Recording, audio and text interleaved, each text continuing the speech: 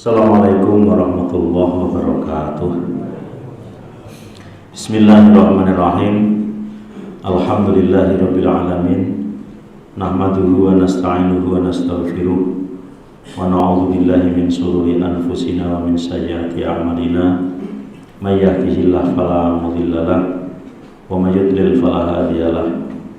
Asyhadu an la ilaha illallah wahdahu la syarika lahu. Wa asyhadu anna Muhammadan abduhu wa rasuluhu la nabiyya ba'da.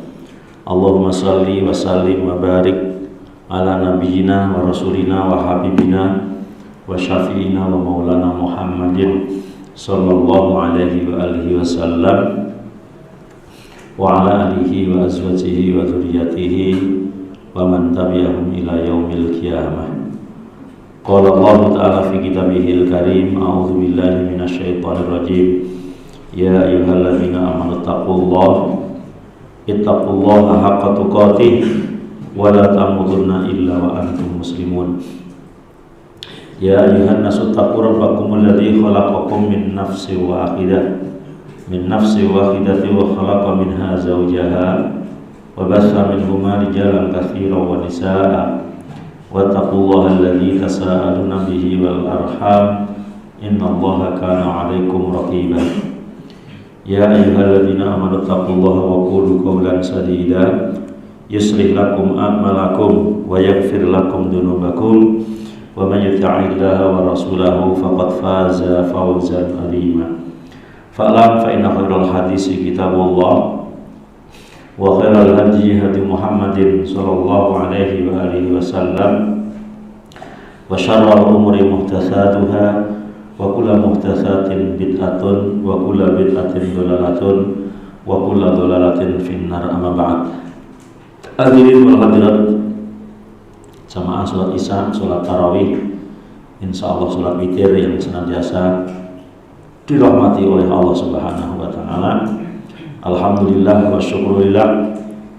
Puji dan juga syukur mari kita panjatkan kepada Allah Subhanahu wa taala yang telah memberikan kita nikmat, rahmat, taufik dan hidayah kepada kita semua, hingga pada malam hari ini kita masih bisa memenuhi panggilan Allah dalam bulan Ramadan ini melakukan sholat tarawih dan juga ibadah yang lain. Semoga senantiasa diterima oleh Allah Subhanahu wa taala.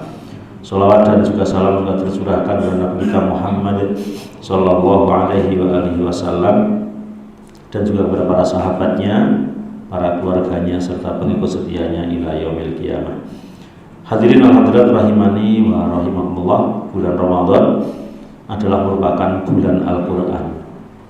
Syahrul Ramadan alladzi unzila fihi al-Qur'an hudan lin-nasi wa bayyinatin minal huda wal furqan. Faman syahida minkumus syahra falyasum. Bulan Ramadan adalah bulan di mana Allah menurunkan Al-Qur'an. Maka dari itu hendaknya seorang muslim memberikan porsi dan perhatian yang lebih terhadap Al-Quran di dalam bulan Ramadan ini. Dari kita lebih menfokuskan, lebih mengkhususkan untuk ibadah tilawah Al-Quran. Dalam sejarah yang sangat masyhur sekali bahwa Imam Asy-Syafi'i satu bulan Ramadan khatam 60 kali. 60 kali khatam. Berarti sehari 2 kali, siang sekali, malam sekali. Ini sangat masyhur sekali ya. Kalau kita nggak bisa 60 kali, minimal harusnya ya 60 juz sebulan. Berarti khatam berapa kali? 2 kali. 2 kali kan satu Quran 30 juz. Kalau 60 juz berarti khatam 2 kali.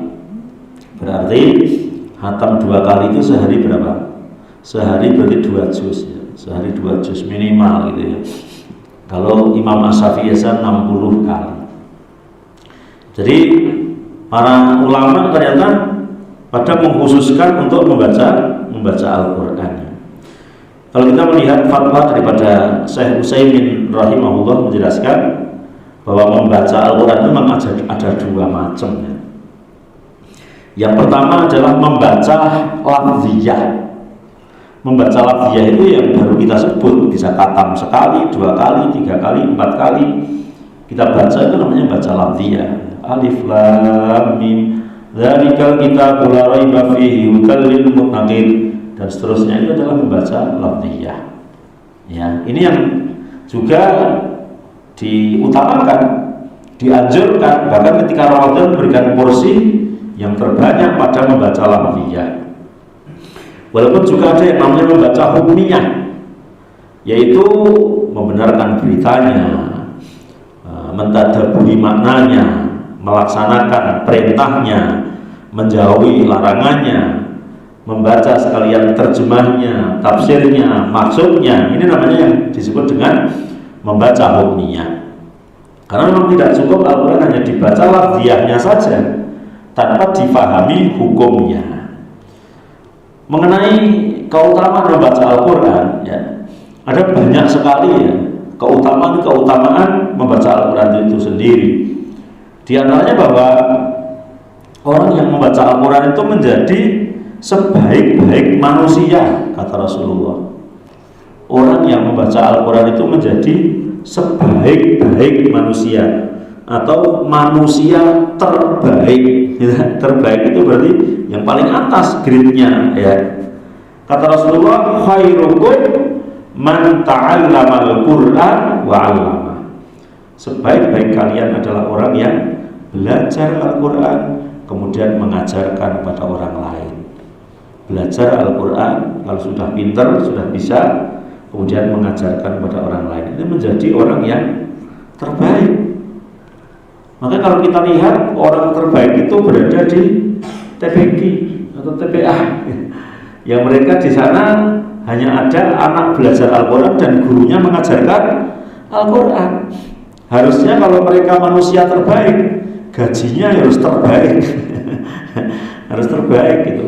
Tapi sampai sekarang belum terbaik gajinya.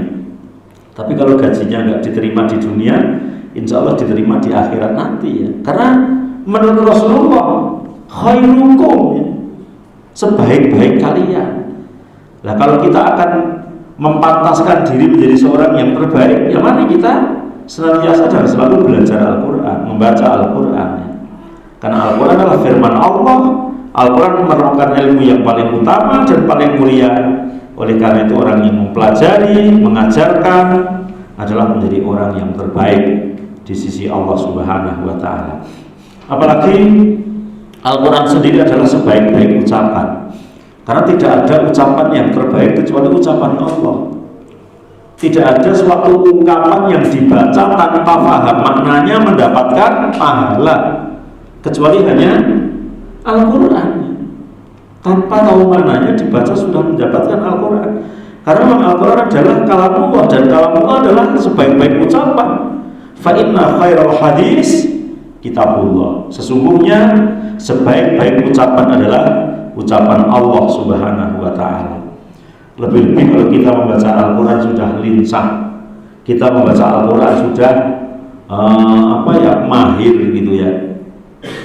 Idhar idghamnya, iklabnya, lagunya, nadanya lincah sekali.